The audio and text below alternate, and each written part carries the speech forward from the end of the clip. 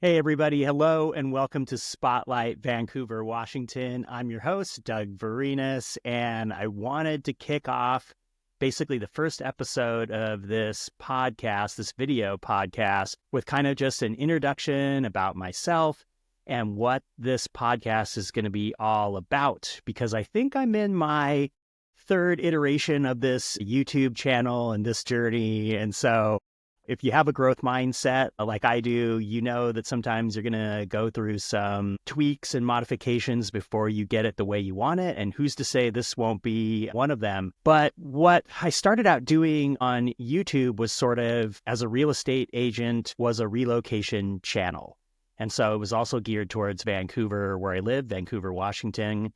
And it started out as touring houses, providing information on the market, and providing tips and tricks. And so a lot of my content has been real estate related, obviously, with an emphasis on like providing information. So it's me talking to the camera, kind of like I'm doing now, but in a more sort of condensed format where I'm either touring a house, which I really love to do, or providing information that I think the audience is going to find useful. And it would be like the 5 steps to getting the house of your dreams, or 3 hacks in getting your offer accepted, something like that. And I really enjoyed doing that content because I do hope that people found some value in that. And I do think there is a lot of value in that kind of content. And who's to say I probably will continue to produce that sort of content. But what I basically got really burnt out. And I felt like I was talking to people and not with people, and I wanted to have the responses and the information be a little more nuanced. And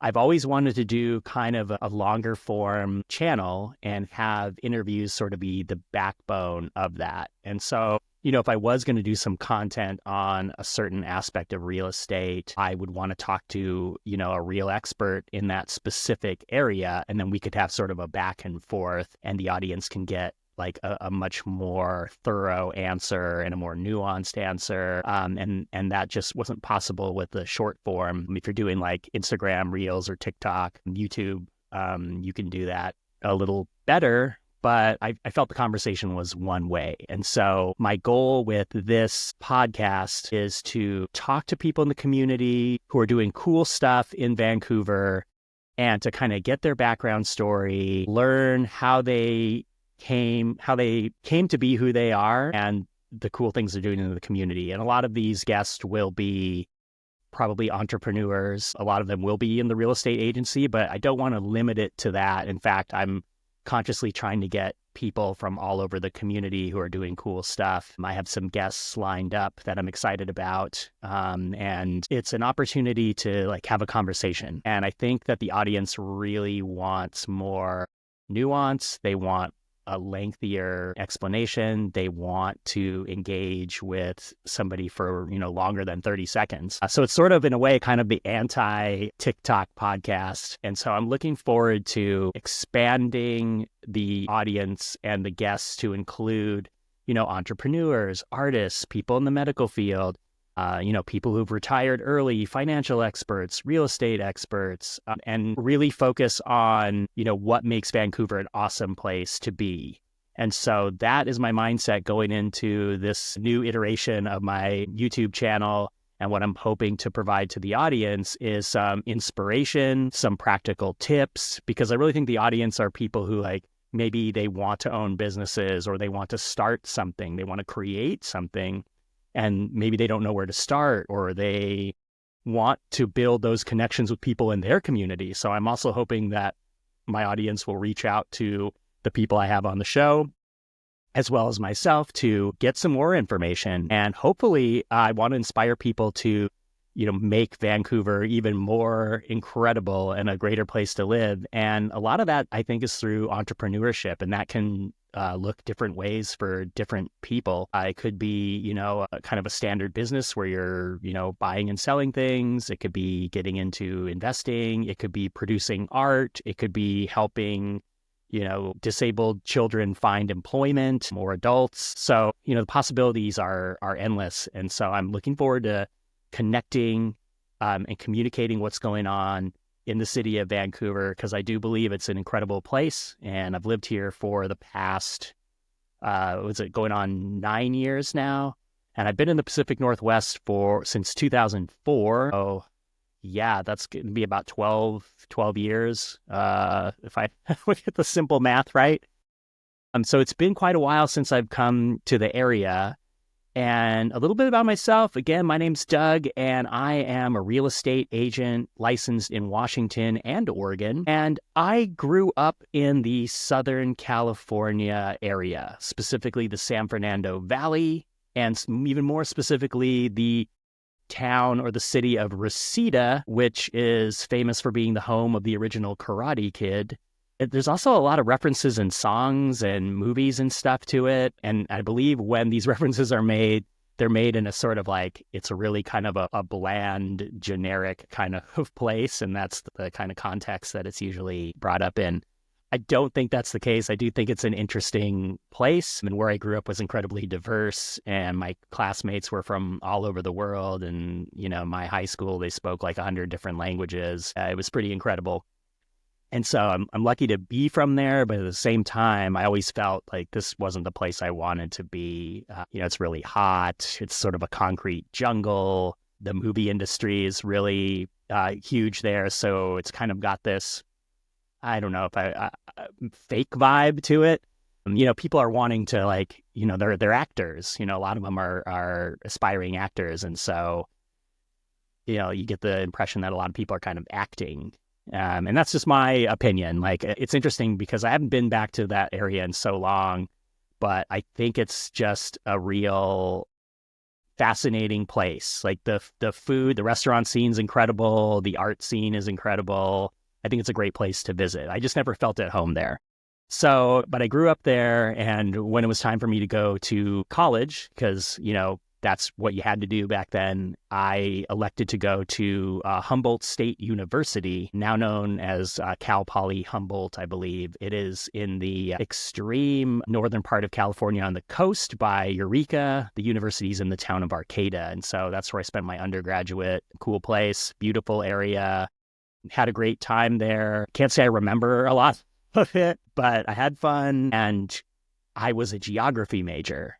And so if you know anything about being a geography major, you know that there's not a lot of employment options. But the crazy thing is, I was in the last class that did pen and ink cartography. So it was on like a light table, and you'd have different size pens to represent different meanings on the map. And at the same time, they were offering like a GIS, a computer mapping certificate. And this is when it was like brand new. It was pretty exciting, but I guess I just didn't get it. I was probably also kind of pretty lazy at the time. Like, I was getting ready to graduate, and I'm like, I don't know about this computer thing and this computer cartography, GIS. I don't know what's going to happen. So I didn't do it. So, it's part of life is like, I don't know. It's not something I really regret, but it's an interesting kind of footnote because that is a great field to be in. And it's all over the place. Like, interactive maps are everywhere. And so it's an incredible industry. Coming to the end of my college career, I needed a job. There wasn't, besides the computer cartography, which I neglected, there wasn't a lot of options. And so I saw a flyer in the career center about teaching English in Japan. And I had been to Europe. I backpacked Europe after high school by myself. I had a plan to go with a friend, and for some reasons I won't get into, like, it just didn't happen. And I was determined to go. And so I went by myself for, it ended up being a month. I think it was 5 weeks. And, I was a 17-year-old kid going around Europe.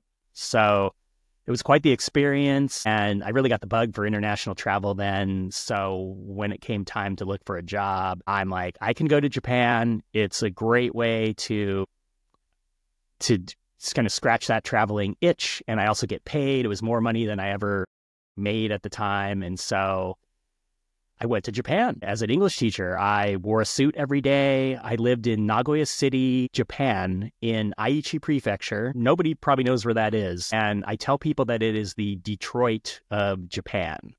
So kind of a gritty, auto business-centric place. It has a reputation for producing sort of some gruff language, it has kind of a granular vibe to it. Like it's kind of a gritty place. I didn't find it that way. I really liked it. And because there was less tourists there, you kind of got put into contact with more locals. Nobody spoke English there. In Japan, outside of Tokyo, it's hard to find anyone who speaks English. There are people, but yeah. So in Nagoya, I didn't know any Japanese at the time. I was really into studying the language. I worked at an English conversation school. I studied a lot. I went to volunteer schools taught by former school teachers. And so I had some good education. I learned Japanese. I would study a lot and I practiced at night. I went out every night and I immerse myself in the sort of the drinking culture there. And I would study literally. I would have times where it'd just be like 6-8 hours. And then I would go out and I would kind of use what I learned to, when I went out, that's how I kind of remembered it. So I would study it and then I would use it. And I recommend that as a foreign language learning concept.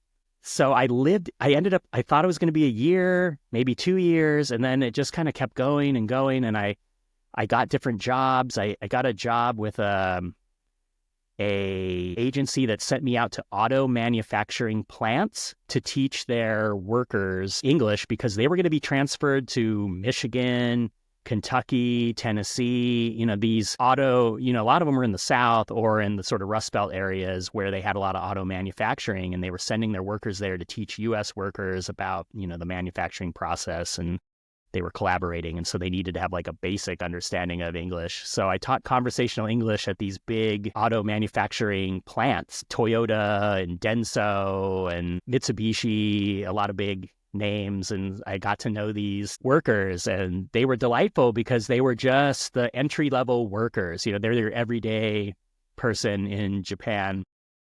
And I got an idea of what it was like for like the common man in Japan. And so it was a great insight, a very rich peek behind the curtain into the culture. And I really enjoyed that. But as, the longer I went on, my Japanese got really good.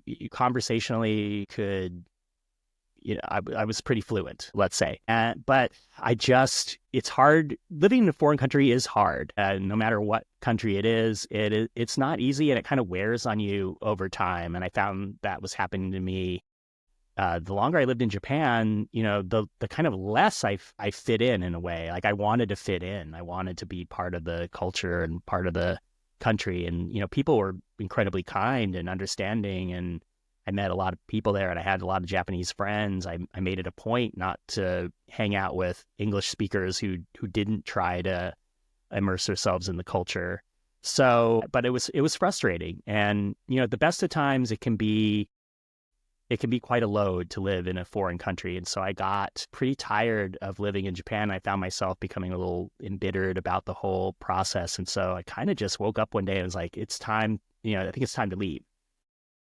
So I packed up my stuff and shipped it back to the US, and I moved back to Los Angeles. I had no plan of what to do at all. I had some fits and starts in Japan. I actually went to grad school in Japan for geography again. It's really random how I got that opportunity. And you're probably saying to yourself, oh, that's cool. Wow, that's amazing. But at the end of the day, it was sort of, it helped my Japanese, but I wasn't, again, doing any of the stuff that was going to get me paid. I have a degree from Nagoya University in a master's degree in geography, but again, the career opportunities weren't jumping out at me. No one was going out of their way to hire me. So I didn't really have a plan. And so I went back to the US. I was living with my parents for like a year. I was miserable. I was trying to figure out what to do. I didn't have a lot of direction. I didn't have a lot of focus. I just needed a place to kind of chill out and just get my thoughts together. And at this point, my parents were getting ready to retire. My father was getting ready to retire. My mom wasn't working anymore. and they were talking about moving up to Oregon, retiring up in Oregon. We had always done our yearly camping trip up in Central Oregon, like in the Bend area, Lapine, Sun River area, before it was cool. And so my folks were looking at places up there, and they finally found a home in Roseburg in Southern Oregon, and they purchased a home there. And so I was asked, or I volunteered, I don't remember. I went up there I needed a change, and I wanted to be, I'd experienced living in the Pacific Northwest, and I wanted to be back up there. I'd spent so much time away from my parents that I kind of wanted to be close to them, but not too close. So I took care of their retirement home while they were kind of preparing things and going through that transition. And I would basically go back and forth up into Portland because I wanted to be, again, like I said, I wanted to be close to my parents, but not too close. And Portland seemed really cool. There was a great kind of scene there. It was exciting. I had never lived there once. I had never been there. I just kind of heard it was cool. I actually saw they had a Max. And because I lived in Japan, I really liked trains. I thought the public transportation was amazing. And the fact that Portland had a Max train kind of sold me on it. And so I went back and forth. I stayed at the youth hostel in Portland when I came up, and I would just try to get jobs. I would apply random places. Finally, I got a job at a Trader Joe's. I had some grocery experience in college, and so I hounded the people at Trader Joe's until they gave me a job. That's the short story, is I just kept calling them and calling them and calling them, asking them if they had a position until they were finally like, please stop calling us. You can have the job, please. So I worked at Trader Joe's, and I didn't want this to be my career. And I kind of got stuck there, and I decided eventually I wanted a career. I wanted something that was meaningful, and not that there's anything wrong with working at Trader Joe's, but it didn't have a lot of meaning to me as far as, changing the world or providing some service to people. I've since kind of changed on that. Like, I think anything can be a valuable service. It doesn't have to be, something that's, really altruistic, like helping the sick or needy. It certainly can be those things, but I think that everybody's role is of value. But anyway, at the time, I'm like, I think maybe I'll try nursing. And so I went to nursing school for a term, and I just found, well, before I even went to nursing school, I had to do the prerequisites. So I went to Clark College. I did some prerequisites. I did really well, which gave me a lot of confidence. I'm like, I can learn things. I'm a good student. And I got all A's. I got into Clark College, did the first term, hated it. It just wasn't for me. I'm not a super A personality type. And honestly, I just wasn't ready for the demands. Like they wanted me to take, be responsible for my learning. And I was, to be honest, like I was a lazy learner at the time. And so I was miserable. I was like, I can't do this. So I quit, and I was really low. I felt bad. I was back at Trader Joe's.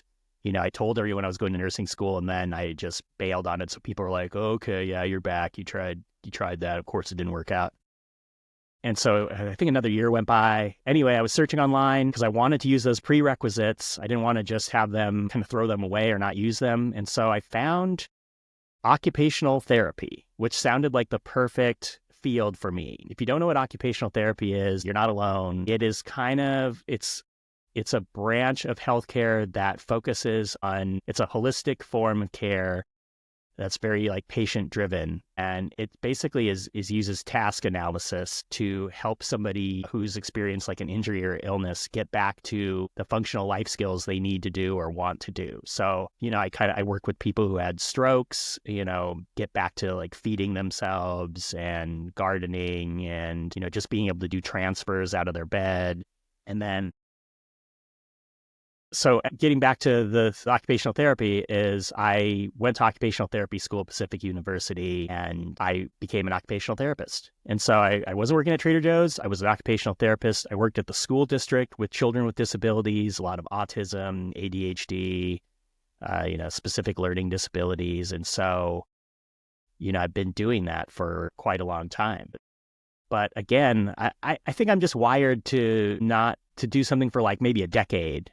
And then I get kind of bored. I want to do something different. I like exploring. I like doing different things. And so I just got to the point where I just was kind of burnt out as well and wanted to try something new. And I owned my home. I didn't have a great experience with my real estate agent buying that home. And before I owned that home, I had a condo. And so I had rented that condo out for quite a while. So I had a rental property, and I owned a home. I eventually sold that rental property, and my girlfriend and now wife, we bought an investment home in Minneapolis, Minnesota. And during the pandemic, we had purchased several more homes. So we had purchased like 4 homes total. We were lucky enough to be able to do that. And so I had always been interested in real estate. I had been participating in buying and selling properties for investment. My parents have also always been, they wouldn't call themselves investors, but they are sort of, buying the worst house in the best neighborhood people, and they will spend the time and energy to fix it up themselves. They're big DIYers. And so they had been doing that since before I was born. And they had kind of continued to do that. And they would fix up a home, and they would, purchase a new one, sell the old one. They weren't landlords. They didn't like buying those properties for rental purposes, but they would definitely build a lot of equity and buy another home, buy a modest home. So it wasn't like they were splurging out to buy something crazy big or expensive. They would just buy the next home, pocket some of that equity, and do it again. And they did this 2 or 3 times. And so I'd always been exposed to that DIY aesthetic and kind of real estate as an investment. And so I decided to, because I had these kind of lukewarm experiences with realtors in the past, I'm like, I think I could do better. I could provide a service that provide the aspects of the real estate transaction that I wish I had when I was buying real estate that just weren't provided to me. So there's a lot of great agents out there, and there's a lot of not great agents. And so I just happened to come upon some of the real kind of average to below average agents. And I'm like, I could do better, and I can provide a service to the community. And so I got my real estate license.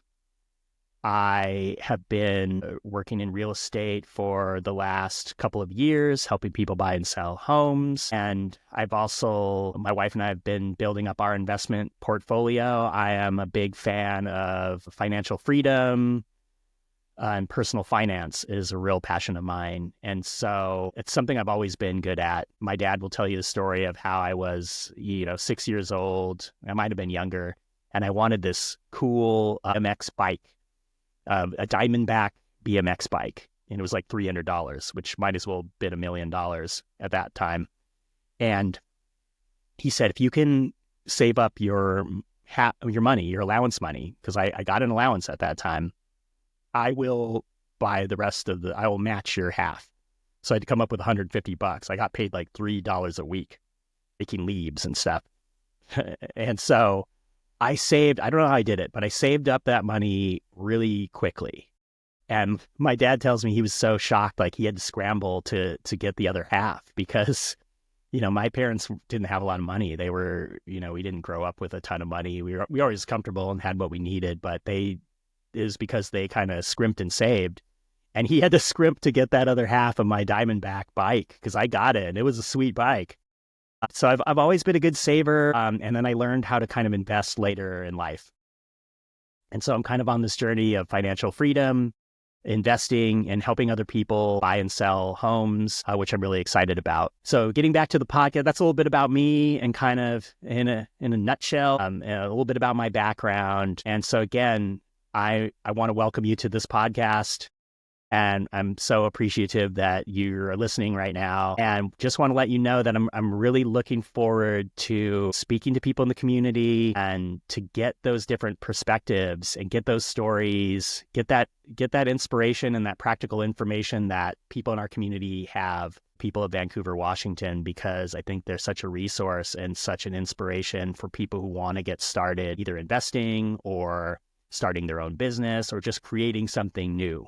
So I want to welcome you to Spotlight Vancouver, Washington, and welcome you along for the ride. If you happen to be someone who you think would be a good fit for this show, feel free to reach out to me. My contact information will be in the description. I would love to hear from you. And, even if you think like, oh, I have nothing to offer, you might be wrong, and you probably are wrong, and you probably do have quite a bit to offer the community. So feel free to reach out, or if you know anybody who would be a good fit for this podcast, feel free to reach out too. And again, thank you so much. I'm pumped. I'm looking forward to speaking to everybody out there and just connecting with the audience, connecting with my guests, and just having fun while doing it. It's been fun to have this intro. And I will see you again soon, everybody. Take care.